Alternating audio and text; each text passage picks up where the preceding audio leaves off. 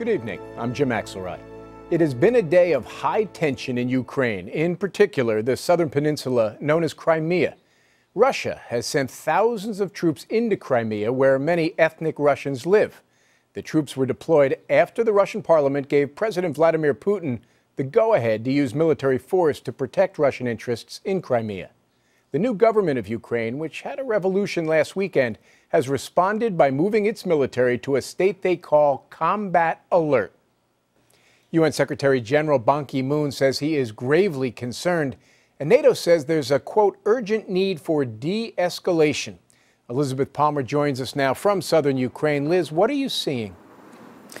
Well, Jim, it's been a day of real escalation here in southern Ukraine. Some of those soldiers that you mentioned were specifically sent from a Russian military base across the border into the Ukraine, and they're taking control of roads. Crimean airspace is closed to civilian flights, and the acting Ukrainian Prime Minister has warned the nation that military intervention by Russia could lead to war. In eastern Ukraine, festering resentment turned into outright violence when pro-Russian crowds beat supporters of Ukraine's new government, which favors greater ties with Europe and the U.S. Many people in this region don't feel Ukrainian at all. In fact, today they hoisted the Russian flag over Kharkov City Hall to underline just where their allegiances lie. But it was in the Black Sea region of Crimea, in Ukraine's extreme south, that Russia really raised the stakes as its soldiers openly moved to take control. Crimea is where the Russian Navy's Black Sea Fleet is based.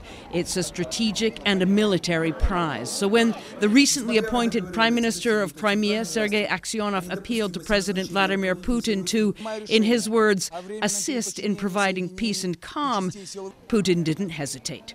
A tame parliament in Moscow rubber-stamped his request to send in the troops.